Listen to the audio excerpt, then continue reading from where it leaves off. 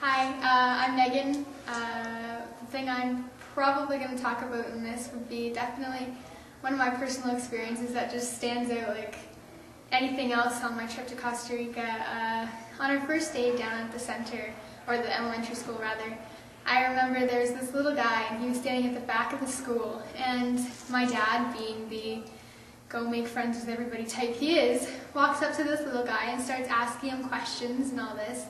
Well, the communication barrier was obviously a problem, and my dad had no means of talking to him.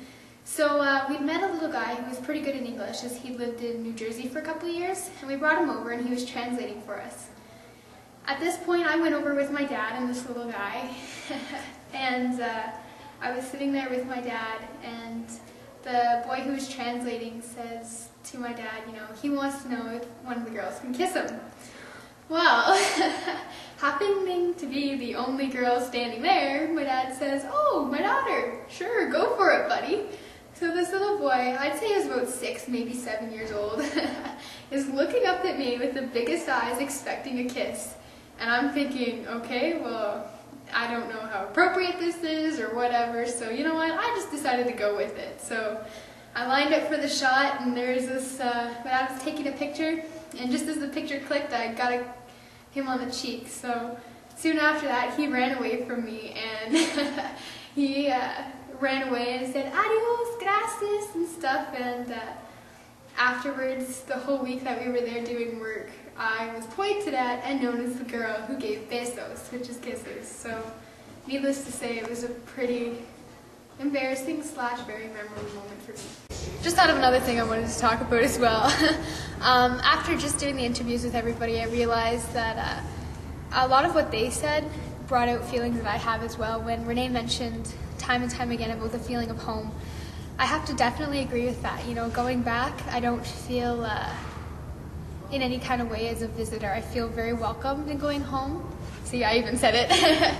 I remember specifically when we were leaving our house, we used to call her our house mother, Martha. She used to say to us that when we were leaving, she started crying. She was so sad that we were going. She said, "You girls better come back." And we were like, "Yeah, we might, we'll see." And she actually started bawling, just saying that we had to come back and she wanted to see us again. Like, it wasn't a question, it wasn't an option. We were set, we have to go. So I don't know, there's just that feeling of not only appreciation but family as well. Everybody took us in with open arms. It was my dad's birthday while we were down there, and one of the hosts actually threw a birthday party for him. So I mean, that was after not even a week of knowing them.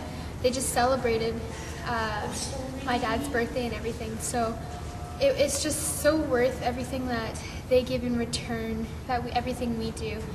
On a personal level, as I've mentioned before, it's just a trip that's definitely defined who I am now, and the experiences I know I'll be gaining when I'm out there will definitely go to also influencing the person I have become and will become today. This trip's just really shown me that I can make a difference in someone's life. And it doesn't have to be on a big trip like this, but it can also be something small, like a random act of kindness, like holding the door open for someone, maybe buying someone a lunch if they forgot it, or giving them a snack, or whether it is something big like this trip. We can all make a difference every single day. It's just a matter of doing it, and this has really opened up my eyes to the fact that a lot of people struggle, and there's a lot more poverty in this world than I could have ever imagined, and I only saw a small portion of it. Coming from a small northern Ontario town, you don't see a lot of poverty, so it's really been an eye-opener. One of my most memorable moments in Costa Rica probably was when we bought our host mother a washing machine. So the story goes, we were 9 guys living in this small house with our host mother and her son, who was about 19 years old. Because we were 9 guys and we were doing lots of work in the rehab center and in the daycare, we ended up having lots of dirty clothes, so she did all our laundry. And eventually, all our laundry managed to break the washing machine, which wasn't a good thing at all, because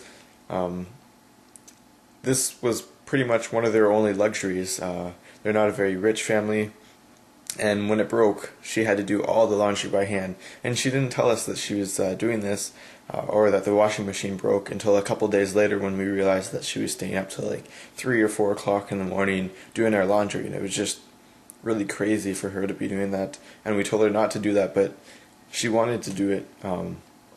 She just did it anyways, even though that we told her that she didn't have to. It just really enforced the fact that they treated us like family. The whole thing, like Megan was talking about, how they really treat us like family. We become their family. So what we did, at the end of the trip, all of us guys pitched in our money and bought her a new washing machine. So this was the least that we could do to repay her for everything that she did for us. So we brought the washing machine, we carried it back to the house, and we installed it, took the old one out, and then we waited.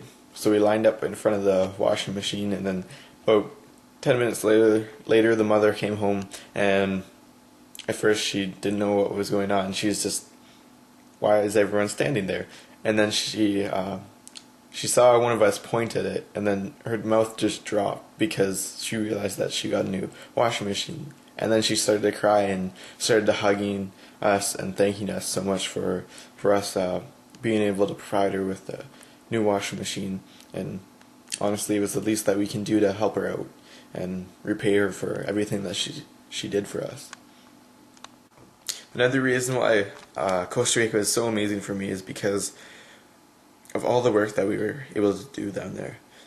We were able to build a daycare center, help out in elementary school, and then work in a rehab center. We were able to affect so many people doing these projects. And the truth is, we did a lot for them, but they also did a lot for us. The skills that we've learned, the friendships that we've made, the bonds, everything is just so much more than we could have ever put into this project. We have received so much in return, and it's just been amazing. Like, I found my future job, like my dream job, by doing this. I'm going into international development, so this has really opened my eyes to my dream job and everything else.